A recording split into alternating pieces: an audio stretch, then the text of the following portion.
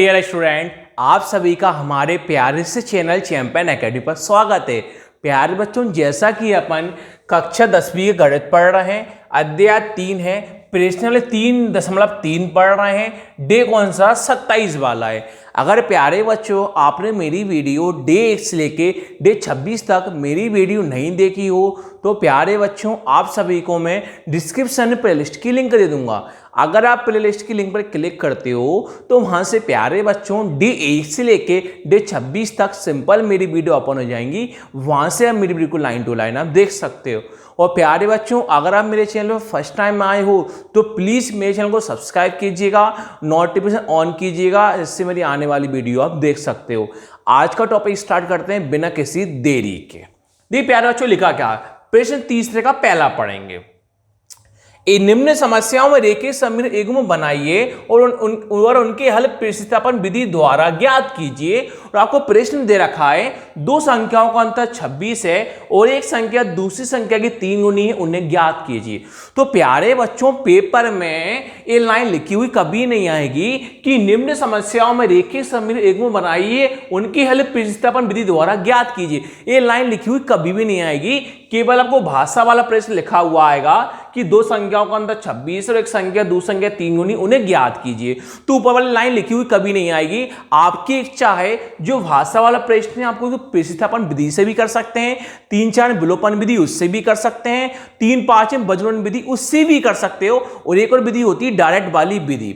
आप किसी भी विधि से कर सकते हो। ये आपके पास लाइन लिखी हुई कभी पेपर में नहीं आएगी। इस लाइन को आप भूल जाओ। केवल आपके पास यही लाइन लिखी हुई आएगी कि दो संख्याओं का अंतर 26 है, एक संख्या दूसरी संख्या 3 गुनी, उन्हें ज्ञात कीजिए। केवल ये लाइन लिखी हुई आएगी। अब प्यारे बच्चों मेरी बात ध्यान से आप सुनना, इस प्रश्न को कैसे हल करेंगे। सबसे पहले आपको हमेशा करना क्या है, मुख्य टाइटल को ढूंढना है कि टाइटल क्या है। अब प्यारे बच्चों इसमें करेंगे क्या, चैप्टर का नाम क्या है, दो चर वाले रेखीय समीकरण युग्म है। तो इसमें प्यारे बच्चों करेंगे क्या, जब भी भाषा वाले प्रश्न आते हैं ना, इसमें दो चर होते हैं। कितने होते हैं? चर। तो पहले वाले को हमेशा अपन x मानेंगे और दूसरे वाले को हमेशा y मानेंगे। सबसे पहले यही चीज देखेंगे, x किसको मानना है, y किसको मानना है। पहले वाले को हमेशा आप x मानोगे और दूसरे वाले को आप y मानोगे। पहले को x और दूसरे को y मानने के बाद पहले x y से बनाओ पहला समीकरण, फिर x y से बनाओगे आप दूसरा समीकरण। फिर दोनों समीकरण बनाने के बाद किसी विधि से आप हल करके x और y का मान निकाल सकते हो। फिर जो आपने x माना था वहां पर x का मान रखोगे, जो आपने y माना था वहां y का मान रखोगे। अभी तक आपको मैंने इतना एक्सप्लेन किया, आपको ज्यादा समझ में नहीं आएगा। अब मैं आपको बोर्ड पे कराऊंगा, आपको लाइन टू लाइन समझ में आएगा। सबसे पहले प्रश्न पढ़ने का ये देखना कि आपको x किसको मानना है, y किसको मानना है। अब देखिए आपका प्रश्न लिखा क्या है, दो संख्याओं का अंतर 26 है, एक संख्या दूसरी संख्या की 3 गुनी, उन्हें ज्ञात कीजिए। अब आप प्रश्न ध्यान से देखिए, कितनी संख्या है? दो संख्या है। एक संख्या एक है, दूसरी संख्या दूसरी है।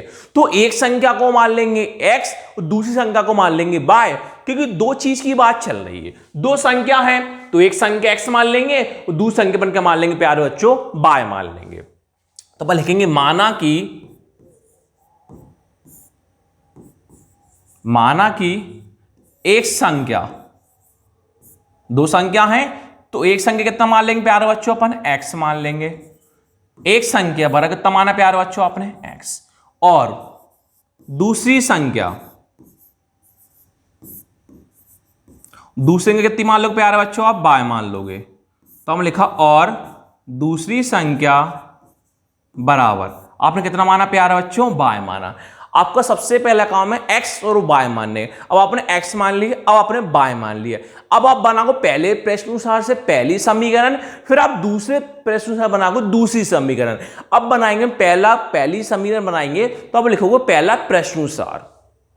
अब लिखोगे कि पहला प्रश्नानुसार। अब प्यारे बच्चों ध्यान से आप देखना, पहला प्रश्न पहला समीकरण कैसे बनाएंगे। जब भी पहला समीकरण बनाएंगे तो आपको लिखना पड़ेगा पहला प्रश्नानुसार। अब आप पहले समीकरण ध्यान से कैसे बनाएंगे, बोर्ड पर ध्यान से देखिए। दो संख्याओं का अंतर 26 है।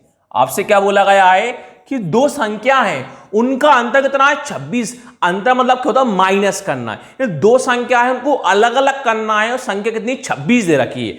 दो संख्याओं का अंतर 26 है, कितनी संख्या? दो संख्या। एक संख्या आपके पास x थी, दूसरी संख्या आपके पास y थी, तो एक संख्या और दूसरी संख्या, यानी दो संख्या हो गई। एक संख्या x है, दूसरी संख्या y है। आपसे बोला दो संख्याओं का अंतर 26 है। एक संख्या x है, दूसरी संख्या y है, तो दो संख्या, इन दोनों संख्याओं का अंतर मतलब होता है माइनस।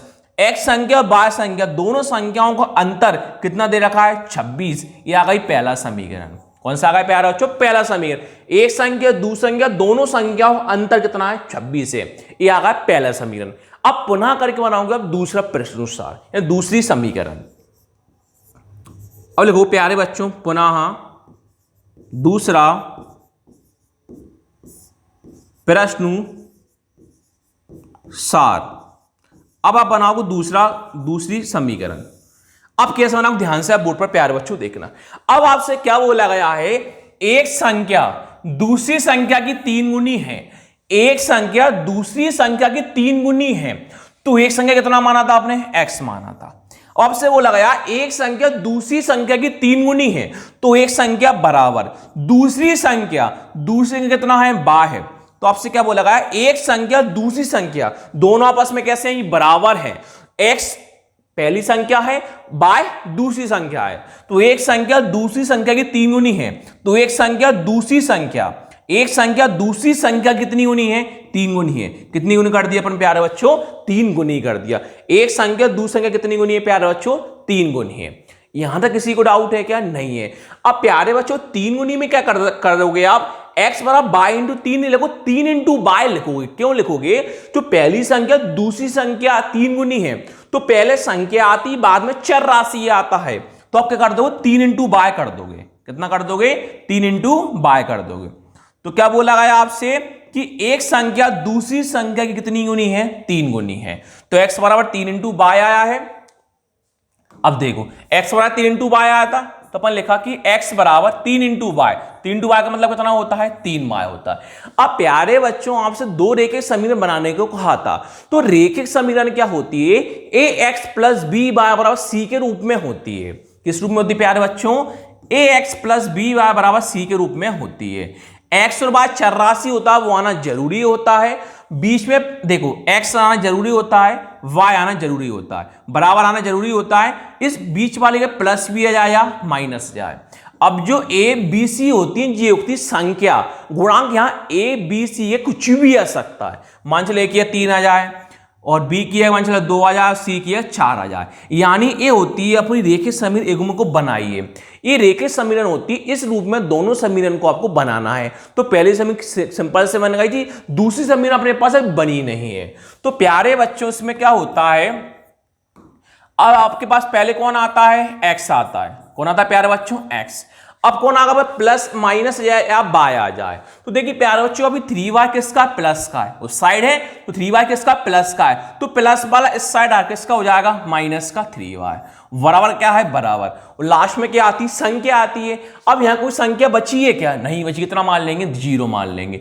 ये आपके पास आ गई दूसरी समीकरण। कौन सी प्यारे बच्चों? दूसरी समीकरण। अब आप समीकरण 1 व समीकरण 2 से कोई सी विधि से आप हल कर सकते हो। अब आप लिखोगे समीकरण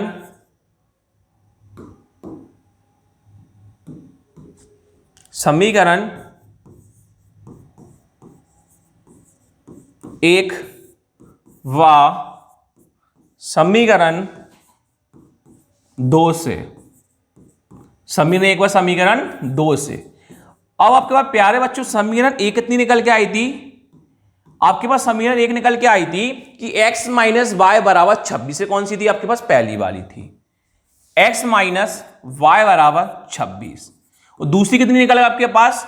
x माइनस का 3y बराबर प्यारे बच्चों कितना है? 0। ये पहली समीकरण है, ये दूसरी समीकरण है। अब प्यारे बच्चों इसमें करना क्या है आपको? अब किसी विधि से हल कर सकते हो। 4 विधि होती है। पहली होती है अपनी प्रतिस्थापन विधि जो 3-3 में है, दूसरी होती है विलोपन विधि जो 3-4 में है, तीसरी होती है अपनी वज्रघूर्ण विधि जो 3-5 में है, और 3-6 में अपनी डायरेक्ट विधि। पर डायरेक्ट विधि बनाते प्रॉपर डायरेक्ट विधि नहीं है, बनाने पर डायरेक्ट विधि वो हो जाता है। अब प्यारे बच्चों चारों विधि किसी विधि से आप हल कर सकते हो। अब आप ध्यान रखना सिंपल विधि क्या होगी इसमें मैं आपको बता दूंगा। आप प्रतिस्थापन विधि वज्रघूर्ण विधि से आप कभी भी मत करना। प्रतिस्थापन वज्र विधि से आप कभी भी मत करना, आप केवल दो विधि का रखना, एक डायरेक्ट विधि और एक विलोपन विधि। पहले आप डायरेक्ट विधि से करना। अगर डायरेक्ट विधि की तीन कंडीशन होती हैं, अगर डायरेक्ट विधि तीन कंडीशन लग जाती है तो डायरेक्ट विधि से करना है। अगर डायरेक्ट विधि की तीनों कंडीशन नहीं लगती फिर आपको करना पड़े विलोपन विधि, वो आपकी मजबूरी हो जाएगी। तो पहले आप डायरेक्ट विधि की तीन कंडीशन क्या होती है ध्यान से आप देखिए, या वो एक्स में फॉलो होगी ट्रिक या वो वाई में फॉलो होगी। अगर एक्स में फॉलो भी नहीं हुई और वाई में भी फॉलो नहीं हुई फिर आपको मजबूर लगाना पड़ेगा विलोपन विधि। एक्स में होगी या वाई में, दोनों ट्रिक कभी फॉलो वो नहीं होगी। तो पहले अपन एक्स में देखते हैं। तीन कंडीशन है, पहले एक्स एक्स बराबर सेम होने चाहिए, तो पहले एक्स एक्स दोनों के बराबर क्या है, सेम। दूसरे के चिन्ह भी कैसे हो, सेम हो। आगे कुछ ना कितना मानते हैं प्लस, आगे भी कुछ ना कितना मानते हैं प्लस, तो प्लस प्लस भी चिन्ह सेम है। पहला एक्स एक्स सेम है, दूसरा प्लस प्लस सेम है, तीसरे की संख्या भी सेम हो। आगे कुछ ना कितना माना जाता है 1, आगे भी कुछ ना कितना माना जाता है 1, तो संख्या भी 1 1 सेम है। प्यारे बच्चों डायरेक्ट विधि में आपको इसलिए सिखा रहा हूं कि आप कभी कंफ्यूज जाते होगे कि आपको एक्स से कभी काट दिया, कभी सर आपको प्रतिस्थापन विधि से करा देंगे, कभी विलोपन से करा देंगे, तो आप मूर्ख नहीं बनिए। बाकी सर आपको मूर्ख बनाने ही बैठे, पैसे लूटने ही बैठे, पर मैं आपको इसलिए ट्रिक बता दे रहा हूं कि डायरेक्ट विधि कब लगाती है, विलोपन विधि कब लगाते हैं। केवल दो ही विधि से याद रखना जब भी भाषा वाले प्रश्न आते हैं। तो पहले आपको देखना एक्स एक्स सेम है, 1 1 संख्या सेम है, प्लस प्लस सेम है, तो डायरेक्ट विधि लग जाएगी। अगर वो ट्रिक एक्स में फॉलो और वाई में फॉलो नहीं होती तो मजबूरन आपको लगाना पड़ेगा विलोपन विधि, जो 3 4 में अपन सीखेंगे और यहां भी आप सीख सकते हो।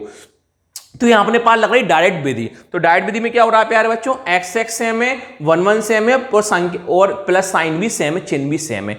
अब डायरेक्ट विधि आगे कैसे लगाते हैं ध्यान से आप देखिए। क्या होता है प्यारे बच्चों, प्लस वाला कर देंगे माइनस में, माइनस वाला कर देंगे प्लस में, चिन्ह बदल देते हैं। आगे कुछ ना, यहां एक्स वाला किसका मान है, प्लस वाला है, तो प्लस वाला किस में आ जाएगा, माइनस में। ये माइनस वाला किस में जाएगा, प्लस में। ये प्लस का जीरो प्लस वाला किस में जाएगा, माइनस में। यहां लिख देंगे घटाने पर, लिख देंगे प्यारे बच्चों घटाने पर। अब प्यारे बच्चों आगे देखिए, देखिए प्लस एक्स माइनस एक्स क्या हुआ, कैंसिल। प्लस वाला एक्स माइनस एक्स कैंसिल क्यों हुआ, जब एक प्लस माइनस दोनों सेम होते हैं तो आपस में कैंसिल हो जाते हैं। प्लस माइनस दोनों एक्स एक्स आपस में क्या हुआ, कैंसिल। अब माइनस का वाई प्लस का 3y। प्यारे बच्चों यहां क्या होता है, अगर कोई संख्या ना हो, कितना मान ले 1, केवल समझने के लिए कितना मान लो, 1 लिखना कभी नहीं है। मैंने समझने के लिए कितना मान लिया, 1 मान लिया, तो माइनस का 1 है, प्लस का 3 है। माइनस प्लस क्या होता है, माइनस, तो माइनस प्लस क्या होता है, माइनस। 3 माइनस 1 कितना होता है, 2y। कितना होगा प्यारे बच्चों, 2y। अब माइनस का 1 बढ़ाएगी, प्लस का 3 बढ़ा है, सर प्लस का 3 बढ़ा, चिन्ह किसका, प्लस का, वो प्लस चिन्ह अपन आगे कभी लगाते नहीं है, तो प्लस का 2y आ गया। बराबर क्या है, बराबर प्लस का 26 माइनस का 0, तो 26 माइनस 0 कितना, 26 होता है, 0 को इफेक्ट ही नहीं पड़ता। 26 माइनस 0 कितना होता है, 26। y का क्या है प्यारे बच्चों, y बराबर 26 का क्या है, 26। दो भी किसमें, गुणा वाला है, तो गुणा वाला कहां था, बटे में यानी भाग में। दो गुणा वाला आता गुणा में, कहां था, बटे में यानी भाग में। अब प्यारे बच्चों y बराबर 2 के पावर 26 कितनी बार में आता है, 13 बार में। तो आपके पास y का मान कितना आ गया प्यारे बच्चों, 13 निकल के आ गया। अब आपको x का मान निकालना है, तो y का मान समीकरण 1 में भी रख सकते हो और 2 में भी रख सकते हो। अगर आप समीकरण 1 में रखोगे हमेशा तो वो प्रैक्टिस करने में आसानी होगी, पेपर में प्रैक्टिस करने के लिए, कॉपी में या टेस्ट में। कभी आप कंफ्यूज नहीं होगे कि आपको 1 में रखना है कि 2 में रखना है। पर हालांकि प्रेस समीकरण 1 में रखो तो भी आंसर सेम आएगा, 2 में रखो तो भी सेम आएगा, पर हमेशा आप रखना फर्स्ट में। तो y का मान किस में रखोगे, समीकरण 1 में। तो y का मान समीकरण 1 में रखने पर। अब प्यार से देखो आपके पास समीकरण 1 कितनी दे रखी है, आपके समीकरण 1 दिखाई दे रही है, x माइनस वाई बराबर 26। एक केवल समझाने के लिए तब आपको लिखना नहीं है, समीकरण 1 आपको दे रखी है, x माइनस वाई बराबर 26 ही समीकरण 1 है। तो हम लिखी कि x माइनस वाई बराबर कितना लिखा प्यारे बच्चों, 26।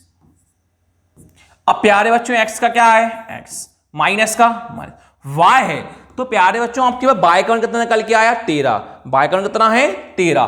तो अब y की जगह पर रख दोगे 13, बराबर में कौन है, 26। x का x बराबर 13 का क्या है 13, सॉरी 26 का 26।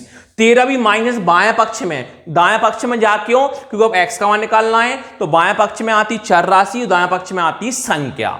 तो 13 भी माइनस का, उस साइड किस में हो जाएगा प्लस का 13। तो x बराबर 26 प्लस 13 कितना होता है 39।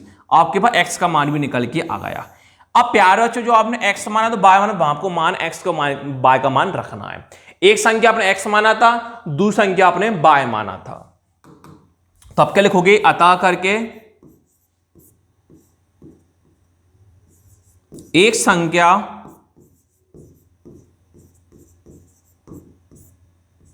बराबर और दूसरी संख्या बराबर। अब प्यारे बच्चों एक संख्या कितनी मानी, हम x माना था, आपको x का मान कितना निकल के आया 39, तो अब एक संख्या में x का मान कितना निकल के आया 39। दूसरी संख्या हमने y मानी थी, तो आपके y का मान कितना निकल के आया था 13, तो अब दूसरी संख्या y का मान कितना रख दोगे 13। इस प्रकार से प्यारे बच्चों एक संख्या 39 है और दूसरी संख्या कितना है 13 है। आई होप प्यारे बच्चों आप सभी को वीडियो अच्छी लगी हुई, आप सभी लोग घर पर पढ़ते रहिए, स्वस्थ रहो, मस्त रहें। Thank you.